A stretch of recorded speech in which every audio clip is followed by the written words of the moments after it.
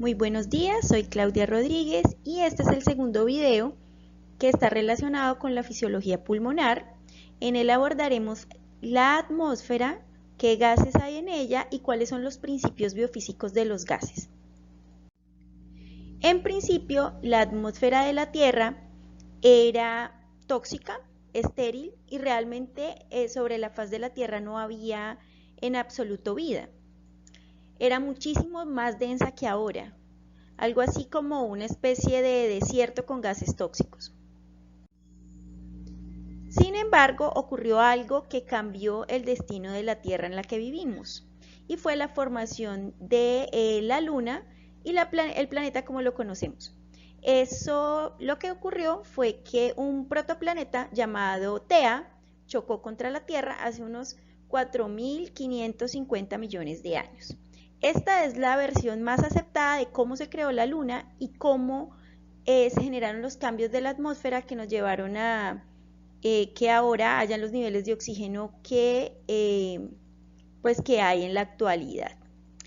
Theia se le puso ese nombre porque es acerca de la mitología griega. Digamos que Theia era una madre titán diosa destructora. También se le llamaba luna celeste, por eso tiene ese nombre. Esta hipótesis se planteó hace mucho tiempo, por primera vez en una conferencia en 1974, pero luego fue publicada en la revista Icarus por William y Donald Davis en 1975. Hasta el momento es la versión más aceptada del inicio de nuestra atmósfera. Luego de ese impacto, hizo posible varias cosas. Lo primero fue que hubo una pérdida de capa de gases de la nebulosa, es decir, esos gases tóxicos se fueron perdiendo, el hidrógeno y el helio sobre todo. Hubo un aumento en la masa de la Tierra, lo que generó un aumento de la gravedad. Y lo más importante, hubo un proceso de enfriamiento. Eso permitió la formación de una atmósfera primitiva, la desgasificación de la corteza terrestre y algunos gases y el agua que provenían de cometas empezaron a condensarse. Después de eso, todo fue cambios y cambios, pero no ocurrieron demasiado rápido. Vinieron por etapas. Una de las primeras etapas fue la etapa prebiótica, es decir, aún no había formación de vida como tal, pero una gran condensación de agua que dio paso a la generación de océanos. El principal gas de la atmósfera en ese momento ya era el nitrógeno y aún no había oxígeno. Luego de esto vino la etapa que yo considero más importante, que es la etapa microbiótica. En esta etapa se dieron las primeras bacterias anaeróbicas y dependientes de azufre y cianobacterias. Ellas comienzan la producción de oxígeno y eso hace que el océano se oxigene. Ese oxígeno empieza a utilizarse para reducir algunas sustancias del oxígeno y oxidarlas. Una vez oxidadas, empieza ese oxígeno a liberarse del océano hacia la corteza terrestre. Bueno, pasa algún tiempo hasta que llegamos al periodo cámbrico, hace unos 530 millones de años. Aún no hay plantas y hay un nivel de oxígeno ya en la atmósfera que es más o menos el 30% menos del actual. Ahí tenemos algunos de los crustáceos que se empiezan a desarrollar. Luego, en la época silúrico, hace unos 450 millones de años, se ven las primeras plantas primitivas. Esas plantas pues dan alimento y sustento a algunos animales pequeños. Sin embargo, las primeras plantas que se dan son muy primitivas y el oxígeno es 30% menos aún del que tenemos en este momento. Luego viene el periodo devónico, hace 360.000 años, ya hay unas plantas más grandes y fuertes que prosperan porque pues no hay animales que se las coman. No hay grandes animales herbívoros, todos son muy pequeños. Y ahí ya el oxígeno es un 20% menos que el actual. En el mar, como hay gran cantidad de oxígeno, pues hay unos peces gigantescos que son grandes depredadores. Luego viene el periodo carbonífero, hace 300 millones de años, y hay un cambio dramático en el ambiente porque el oxígeno es 40 veces mayor que el que tenemos ahora. Y eso genera que las especies que hay sobre la Tierra pues empiecen a ser muy, muy grandes.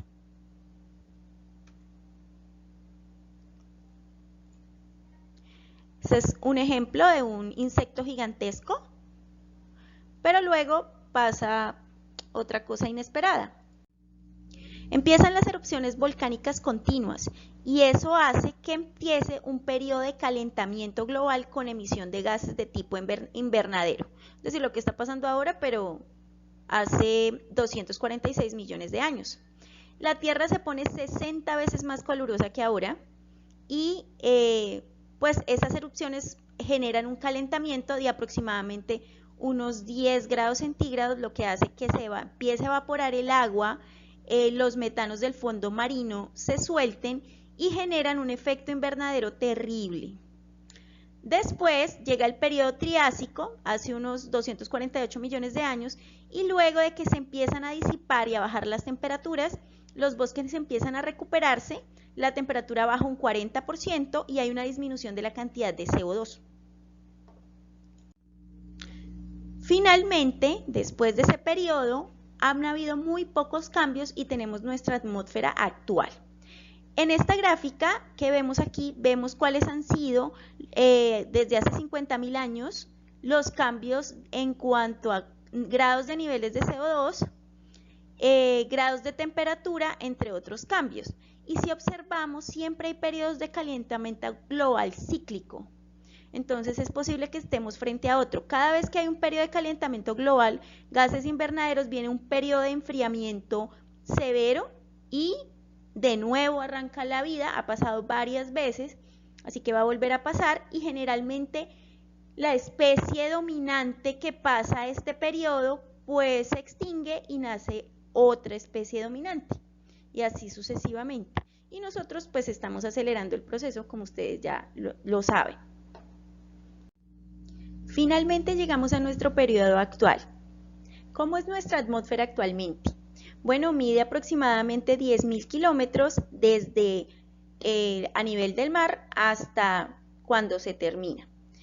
Es una acumulación de gases que se van volviendo menos densos conforme van aumentando, ¿sí?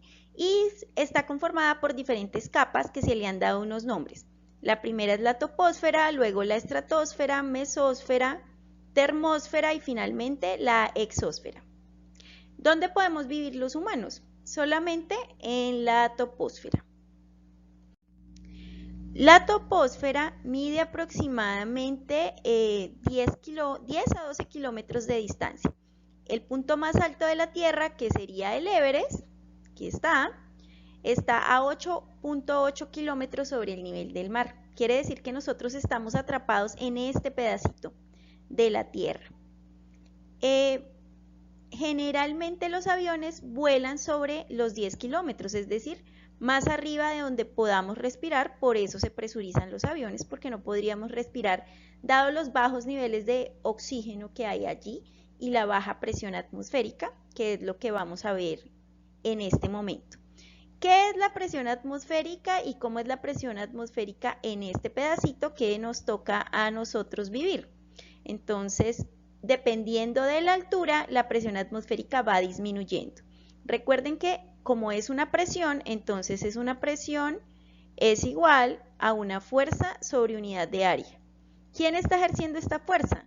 Pues las moléculas de gas que tenemos por aquí ejercen presión contra la Tierra atraída por la gravedad. ¿El área cuál es? Pues sería la superficie terrestre. Entre más carga o gran superficie cargue, pues tiene más presión atmosférica. Miremos aquí. El Everest tiene toda esta carga de gases que está golpeando su pared, quiere decir que aquí hay una presión atmosférica que generalmente está cercana a los 250 milímetros de mercurio. Hay otras medidas, pero en medicina usamos los milímetros de mercurio, así que quedémonos con eso. Ok. Y si nos vamos por aquí, más abajito a nivel del mar, pues es mucha más la atmósfera que debe sostener este pedazo. Así que la presión atmosférica en este punto debe ser mayor que en este punto. Y así sucesivamente. Miremos esta gráfica, es más o menos parecida a la anterior. Okay. ¿Cuál es la composición del aire de la atmósfera actual? Durante nuestro recorrido histórico tipo Cosmos, pues vimos que los niveles de oxígeno se modificaron mucho durante varios periodos. ¿Qué tenemos ahora? Pero recuerden que esta es la composición del aire ¿de cuál? De la troposfera exclusivamente. ¿Cuál es el gas más abundante? El nitrógeno. El 78% de nuestra atmósfera es el nitrógeno. Podemos sacar una cuenta de presiones parciales, es decir, la presión que ejerce el gas nitrógeno sobre el nivel del mar o sobre cualquier otro punto de una montaña si uno quiere y si conoce la presión atmosférica total. El oxígeno es aproximadamente 20.95 del porcentaje de la atmósfera, bueno, de la troposfera, la composición del aire que respiramos, que todo el mundo le dice pues 21%. En algunos libros aparece como 20.94, más o menos por ahí. El dióxido de carbono cada vez mayor, pero digamos que es bajo, 0.03%. Argón, 0.93%. Y el agua varía dependiendo si estamos hablando de aire seco o de aire húmedo. Ya discutimos eso en un momento. Si observan la sumatoria, este es el 100% de qué atmósfera, de un sitio que tenga una presión atmosférica de 760 milímetros de mercurio. ¿Dónde es eso? Sobre el nivel del mar.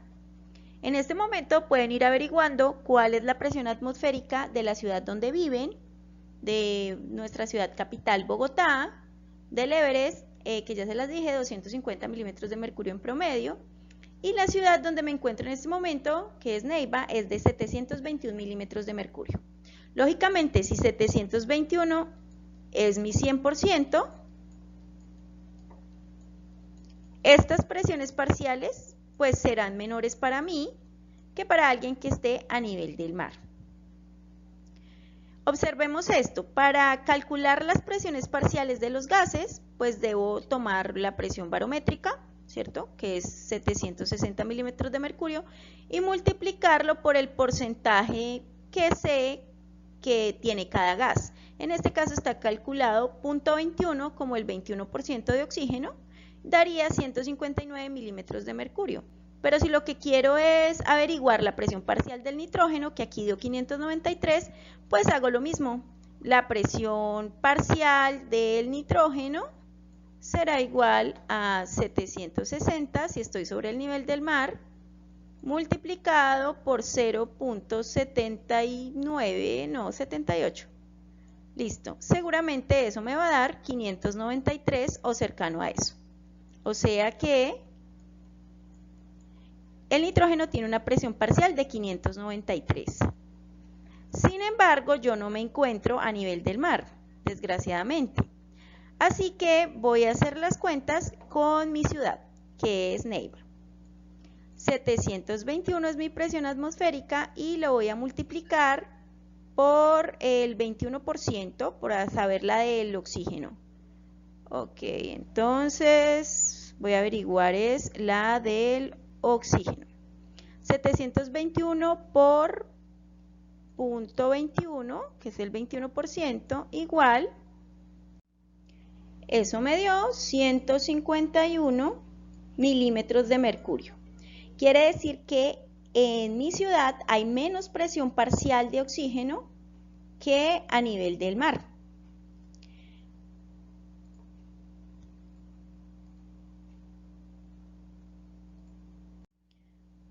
Muy bien, hagamos un último ejemplo. Recuerden que la composición del aire es como si fuera una torta. Los porcentajes, si no nos salimos de la troposfera, nunca van a cambiar. Son iguales en el Everest, son iguales en Bogotá, en La Paz, en Neiva, en Medellín, en donde estén. Lo que cambian son las presiones parciales. Entonces, para esto podemos usar una ilustración para poder entenderlo un poco mejor. Vamos a poner un último ejemplo para que quede absolutamente claro. Imaginemos que tenemos dos tortas grandes. Esta representa la atmósfera de una ciudad a nivel del mar. Podríamos poner Cartagena, me encanta Cartagena. Y esta es la atmósfera en el Everest. Nunca he estado en el Everest, pero vamos a representarla así. Tiene menos cantidad, carga menos cantidad de atmósfera porque ya lo explicamos. Listo. ¿Cuál sería la fracción inspirada de oxígeno en estos dos lugares? En ambos, como dijimos, es 21%. ¿Qué es fracción? Pues es un porcentaje. Inspirada, pues porque lo puedo respirar y oxígeno es el gas que yo quiero inspirar. Pero no es lo mismo sacar el 21% de la atmósfera de Cartagena, que sería este pedazo, el 21% de la atmósfera del Everest, que sería este pedazo. Sin lugar a dudas, aunque la fracción inspirada de oxígeno en ambos lugares es la misma, la cantidad de presión parcial que genera es muy diferente. ¿Por qué? Porque la cantidad de moléculas de oxígeno, evidentemente en el Everest, es mucho menor. Hagamos un pequeño ejercicio comparativo de cómo es la presión parcial de oxígeno a nivel del mar y en el Everest. A nivel del mar ya dijimos que la presión inspirada de oxígeno es igual a la presión barométrica multiplicado por ese punto 21. O sea, lo que le estoy haciendo es sacando un pequeño porcentaje. Es muy fácil. Eso que me dio la presión barométrica en Cartagena es de 760, multiplicado por ese 0.21 es igual a 159 milímetros de mercurio. Bueno, no quedó tan hermoso, pero ahí está. Ahora en el Everest, la presión atmosférica cercana a 250 multiplicada por 0.21. Pueden hacerlo ustedes también para ver cuánto les da. Exacto, la presión parcial de oxígeno es 52 milímetros de mercurio. Los dos tienen un FiO2 de 21%, pero la presión parcial inspirada de oxígeno a nivel del mar es 159 y en el Everest es solo de 52. Así que espero que hagan ejercicios para que sigan entendiendo un poco más este proceso. ¿Por qué sabemos que las cosas son así? Pues eso es gracias a la ley de Dalton. ¿Qué afirma la ley de Dalton? Que una presión total de una mezcla de gases, es decir, esta, es la suma de sus presiones parciales individuales. Imagínense que esta es la atmósfera y tiene varios gases, gas A, gas B y gas C. Si sumamos las presiones parciales de cada uno de estos, tiene que darme la presión total, ¿sí? Imagínense que esta es la presión atmosférica total y esta es la presión parcial de nitrógeno, de oxígeno, de argón, etc. Si sumo todas, me debe dar la presión atmosférica total. Eso lo sabemos gracias a la ley de Dalton, que sigue vigente. Nuestra atmósfera, pues además no siempre tiene aire seco, también tiene aire húmedo, que era la parte que nos faltaba, pues que no exploramos en la diapositiva anterior. Resulta que, aparte de que puede haber vapor de agua en el aire común y corriente y depende mucho del clima, entre más se acerque a los 37 grados o más calor, pues hay más vapor de agua, entre más frío, pues hay menos vapor de agua y se genera condensación. Pero como sea, estemos en aire seco o en aire húmedo, nuestro propio cuerpo al inhalar calienta y humidifica el aire y como nuestra temperatura corporal está entre los 36 y 37 grados, siempre el aire inspirado, así venga seco, se mezcla con vapor de agua y eso añade un nuevo gas que tiene una presión parcial a 37 grados de 46 milímetros de mercurio. Y recuerden que una presión parcial total es la suma de sus diferentes gases. Ya venía el nitrógeno, ya venía el oxígeno, el argón y los otros. Ahora hay que sumarle el vapor de agua. Quiere decir que le va a quitar espacio a este y a este. Recuerden otra vez, como es una presión y como esto es un gas, cualquier presión es una fuerza por unidad de área. Y esa presión expresa la concentración del gas. Es decir que si yo tengo 5 moléculas de gas, van a generar una presión determinada. Y si hay más moléculas, pues esa presión va a ser mucho mayor. Muy bien, empieza mi parte favorita, que son las leyes de los gases. Las leyes de los gases explican cómo se comportan los gases cuando están sometidos a cambios de temperatura, de presión y de volumen. Entiéndase volumen aquí no como cantidad de moléculas, sino espacio disponible para que las moléculas se muevan. La ley de los gases o ley de los gases ideales incluye varias leyes dentro de ella. La primera es la ley de Boyle. Es la ley más importante porque es la ley con base en que nosotros respiramos. ¿Qué dice esa ley? Que con un número de moléculas constante a una temperatura que no varíe, la relación entre la presión y el volumen es inversamente proporcional. ¿Qué? Pues quiere decir que si yo tengo un volumen determinado, acuérdense en espacio disponible, y lo vuelvo más pequeño, la presión va a aumentar porque el número de moléculas va a estar en un espacio más reducido y va a golpearse más contra las paredes generando más presión. Veamos un ejemplo. Observemos este ejemplo sencillo para entender un poco mejor la ley de Boyle. En este ejemplo tenemos un volumen inicial de 5 litros, una presión inicial de 760 milímetros de mercurio, una presión final de 900 milímetros de mercurio y un volumen final que no conocemos. La relación es P1 por B1 igual a P2 por B2, que al despejarla obtenemos esto, y si hacemos la operación, reemplazamos y obtenemos un volumen 2 que es más pequeño que el anterior. Quiere decir que cuando una reducción en el volumen de 5 litros a 4.2 litros, también hubo un aumento de la presión de 760 a 900 milímetros de mercurio. Muy bien, aquí tenemos un recipiente con un número de moléculas determinada. Observen el manómeno de presión que está en verde y la temperatura que se supone que en la ley de Boyle es constante. Entonces recuerden, a temperatura constante y número de moléculas que no cambie, si cambiamos el volumen, disminuimos el volumen, aumentará la presión y viceversa, son inversamente proporcionales. Observemos la animación con cuidado.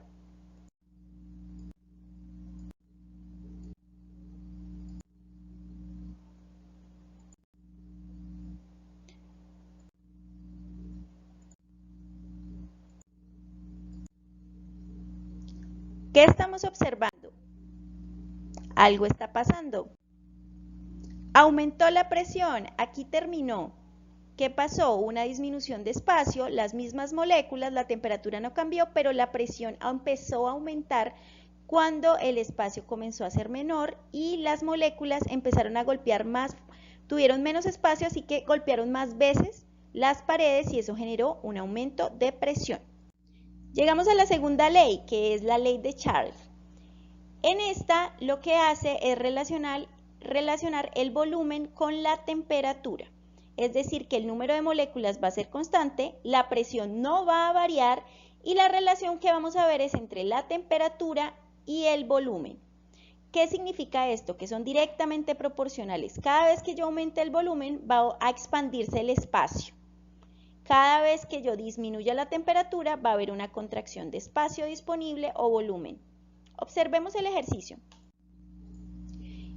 Aquí tenemos un ejemplo donde tenemos un volumen 1 de 4 litros, una temperatura inicial que la hemos convertido a grados Kelvin, 37 grados centígrados más 273 grados Kelvin, quedan en 310 grados Kelvin la temperatura 1 y una disminución de temperatura en la temperatura 2, 293. Entonces la pregunta es, ¿qué va a pasar con el volumen ahora que hemos disminuido la temperatura de 310 grados Kelvin a 293 grados Kelvin?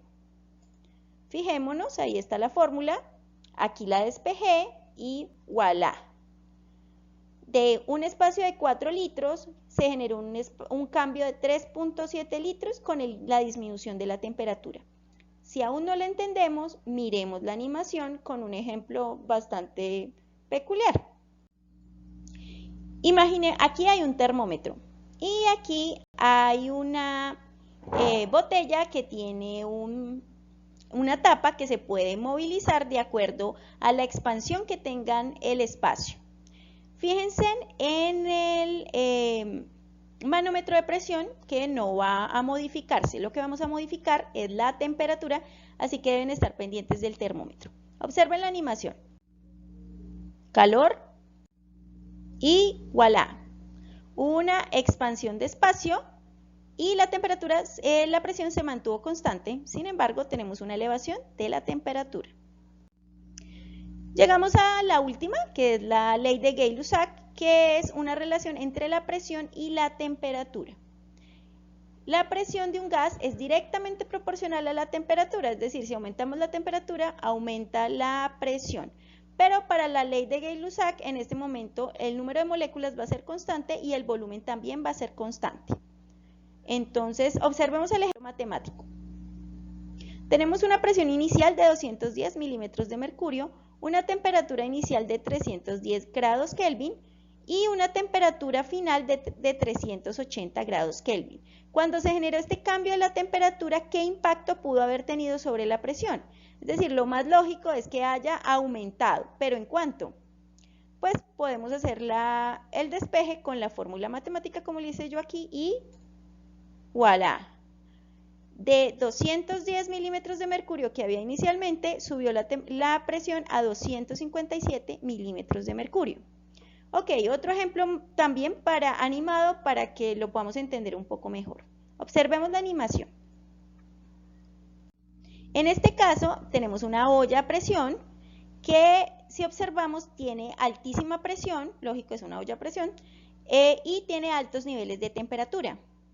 Observemos lo que pasa detenidamente. Estén muy pendientes del manómetro de presión y del termómetro. ¿Qué cosas no cambian? El número de moléculas que hay adentro y el espacio disponible. Sigue siendo la misma olla. Entonces, pues no hay variaciones de espacio porque la tapa no permite esos cambios. Entonces, miremos lo que pasa.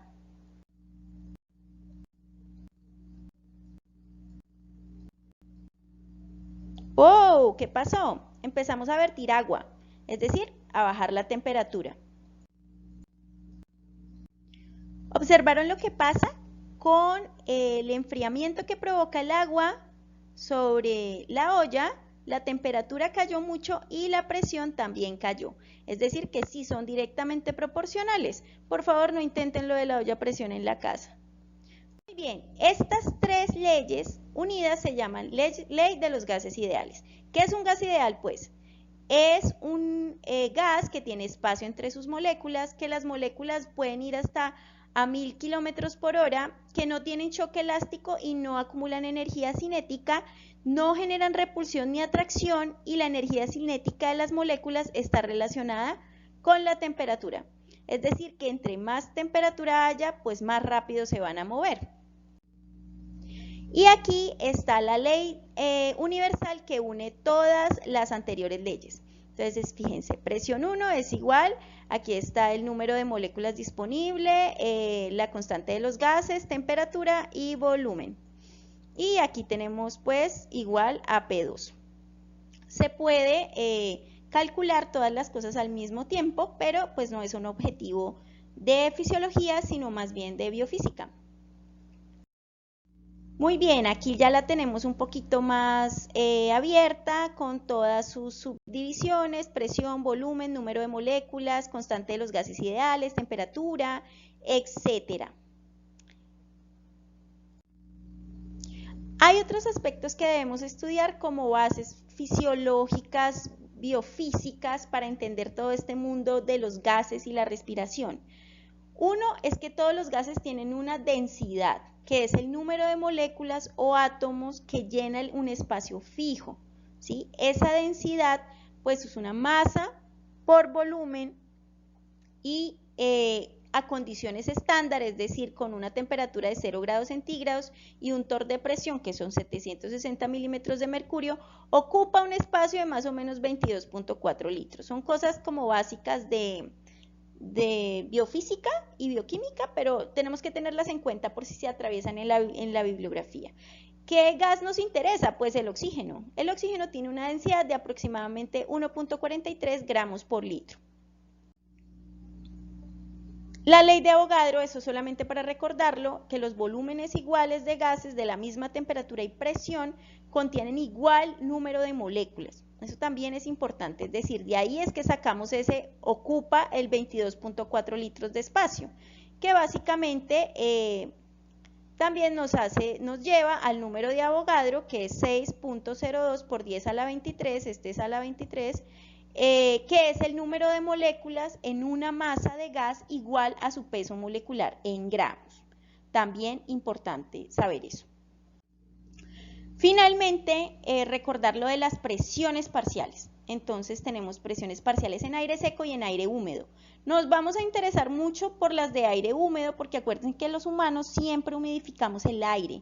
Así que como sea, hay que coger la atmósfera y la presión atmosférica, la que sea, hagámoslo a nivel del mar. Entonces, para la presión parcial de oxígeno, que de verdad, para Dios, inspiramos en Cartagena, si uno humidifica el aire, entonces sería 760 menos el vapor de agua. El vapor de agua a 37 grados centígrados que estamos en nuestros cuerpos, siempre es 47 milímetros de mercurio. Si yo bajo la temperatura a 20, eso genera una presión de mucho menos, casi la mitad de esto. Entonces, ¿por qué? ¿Por qué ley? Bueno, ahí ya ustedes me pueden contestar abajo. ¿Qué ley hace que cuando yo baje la temperatura, la presión de vapor de agua también baja? Porque la acabamos de mencionar. Multiplicado por el FiO2, que sería 0.21. Ese no cambia nunca. ¿Listo? ¿Cuánto da eso? Si les dio 149.7 milímetros de mercurio, estamos en lo correcto. Entonces, fíjense que así la atmósfera tenga una presión parcial de aire seco de 159 milímetros de mercurio, cuando yo lo respiro y lo mezclo con mi vapor de agua, la presión parcial de oxígeno va a disminuir. Entonces, imagínense en el Everest. Por eso la gente que sube por allá sin oxígeno, mis respetos. Muy bien, esto lo que yo les comentaba de la humedad. La humedad del aire también se puede calcular, no lo vamos a hacer porque no es el objetivo de fisiología, pero es para que ustedes lo sepan. La humedad relativa es cuánta agua hay en forma gaseosa y eso se puede calcular de acuerdo a unas tablas que ya existen donde uno mide con un pluviómetro la humedad actual y lo divide sobre la humedad absoluta que está en una tabla y lo multiplica por 100. La humedad absoluta es la máxima cantidad de vapor de agua que se va a dar a ese nivel de altura. Generalmente, digamos que cuando hace mucho frío ya no hay vapor de agua, sino que se genera pues condensación y ya el agua pues cambia de estado. La humedad, lo que yo les decía, genera más o menos una presión de vapor de agua de 47 milímetros de mercurio y este fue el ejercicio que hicimos la vez anterior, pero aquí está más bonito, ¿no?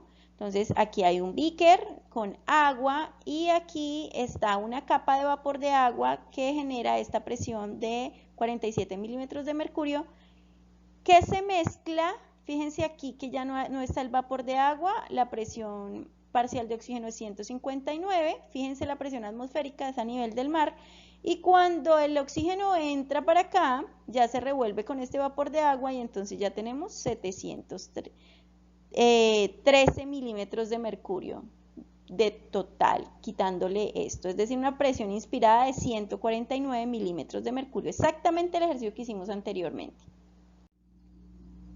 Muy bien, el volumen y la presión de los gases se pueden interpretar y cambiar de acuerdo a unos estándares internacionales. Es decir, cuando usted tiene aire dentro de su cuerpo, lo tiene a 37 grados centígrados, pero cuando ese aire sale de su cuerpo, inmediatamente se pone a la temperatura ambiente.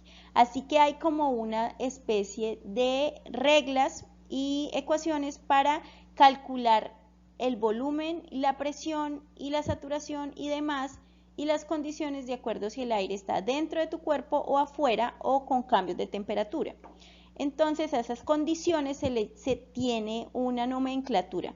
Ejemplo, las condiciones ATPS son una temperatura ambiental, 20 grados, es decir, el aire que está afuera, con una presión barométrica sobre el nivel del mar, 760, saturada al 100% y con una humedad de 17.50 milímetros de mercurio, que es la humedad que se genera cuando la presión de vapor de agua que se genera a 20 grados centígrados. Pero si yo quiero hacer un cálculo de este aire que entra al cuerpo, cómo se vuelve, pues entonces debo hacer unas ecuaciones para pasar de condiciones ATPS a BTPS. ¿Qué es BTPS? La B significa body, que es cuerpo. Así que la temperatura corporal ahora está en 37 y todo lo demás es igual, excepto la presión de vapor de agua, que ya no es 17, sino sí 47. En su libro de Borón encontrarán algunos ejercicios de cómo se pasa de condiciones ATPS a BTPS o de BTPS a ATPS. ¿Por qué esto es importante? Porque las espirometrías de los pacientes para medir volúmenes se toman en condiciones ATPS. Pero, ¿por qué? Porque los pacientes cuando exhalan el aire ya se comporta como si estuviera a 20 grados y se reduce el vapor de agua y cuando sale, en el momento en que está dentro de nuestro cuerpo, pues está en condiciones BTPS. Quiere decir que se genera como una conversión de las condiciones de ese volumen. Y finalmente están las condiciones STPD, que son ya condiciones para hacer cálculos físicos. Nosotros no los utilizamos, pero bueno, como para que ustedes sepan que existen. Temperatura estándar de 0 grados, presión estándar de una atmósfera, aire seco y cero humedad. Y aquí tenemos los ejercicios, un repasito de los ejercicios por si se la perdieron, de cómo se calcula la presión inspirada de oxígeno, ¿sí? Y cómo se calcula la del aire inspirado. Recuerden, aquí está sin vapor de agua, aquí está con vapor de agua y aquí hay un paso más que lo vamos a dejar para el otro video, pero bueno, aquí está. Cuando llega al alveolo y además se mezcla aún más con CO2. Luego explicamos este pedacito porque creo que toca explicarlo en otro video. La última ley que vamos a ver hoy es la ley de Fick, que ustedes ya la conocen porque la hemos visto muchas veces. ¿Por qué es importante? Porque resulta que el oxígeno y el CO2 son un gas que difunde por unidad de tiempo a través de una membrana alveolo capilar. Y precisamente la ley de Fick lo que hace es que nos calcula la cantidad de difusión de una sustancia a través de una membrana, su velocidad. Entonces, el volumen de gas que es capaz de difundir a través de la membrana, en este caso alveolo capilar, es igual al área de la membrana, que ya dijimos que era de 770 metros cuadrados a 100, la difusibilidad, que es la relación entre la solubilidad del gas y dividido por la raíz cuadrada de su peso molecular, multiplicado por el gradiente de presiones, es decir, siempre tiene que haber una diferencia, dividido por el grosor de la membrana. Recordemos que el grosor de la membrana alveolo capilar, como lo dije en el video anterior, desde 0.15 a 0.5 micras, es muy pequeña. Quiere decir que la membrana alveolo capilar tiene las condiciones ideales, tiene un área extensa, tiene una diferencia de presiones y tiene un grosor muy delgado. El oxígeno y el CO2 tienen condiciones de solubilidad bastante buenas, pero mayor para el CO2. Esa solubilidad no la comprueba la ley de Henry, que analiza la concentración de un gas disuelto en un líquido, que tiene unos límites. ¿Qué quiere decir? ¿Alguna vez ustedes se han preguntado por qué, si el oxígeno se puede diluir en líquido, por qué necesita hemoglobina para que se transporte? La respuesta está aquí, en la ley de Henry. ¿Qué pasa? Resulta que cuando uno coge una presión parcial de oxígeno y la revuelve con agua, tiene un límite la cantidad de oxígeno que se puede disolver por más oxígeno que haya, que le imprimamos a la solución. El oxígeno tiene un límite de solubilidad y su límite es 0.0013 milimoles por milímetro de mercurio de presión, ¿sí? A una temperatura de 37 grados, que es nuestra temperatura corporal. No se puede pasar de ahí.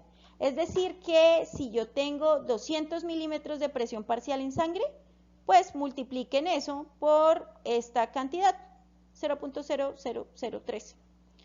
Eso me da más o menos 0.003 mililitros de oxígeno por decilitro. No se puede diluir más en sangre. Por el contrario, el CO2 es 23 veces más soluble en sangre y cabe más o menos 0.0299 milimoles por milímetro de mercurio a 37 grados. Eso le da una cantidad de 0.07 mililitros por decilitro de sangre. Importante esto. Quiere decir que por eso nuestro cuerpo se vio obligado a desarrollar un mecanismo para poder transportar oxígeno más eficientemente a través de los glóbulos rojos, porque disuelto no se podía hacer. Muy bien, este es el resumen de lo que hablamos de las condiciones estándar, que se corrigen las mediciones de gases, sirven para hacer cuentas con los pacientes cuando se le toman exámenes. Revisen su libro, hay varios ejemplos allí. Bueno, llegamos al final del video. Muchísimas gracias por escucharme, espero haya quedado muy claro y si les quedaron algunas dudas, por favor, vuelvan a la ley de Boyle especialmente y traten de hacer una analogía entre cómo respiramos nosotros y la ley de Boyle. Muchas gracias. Continuará.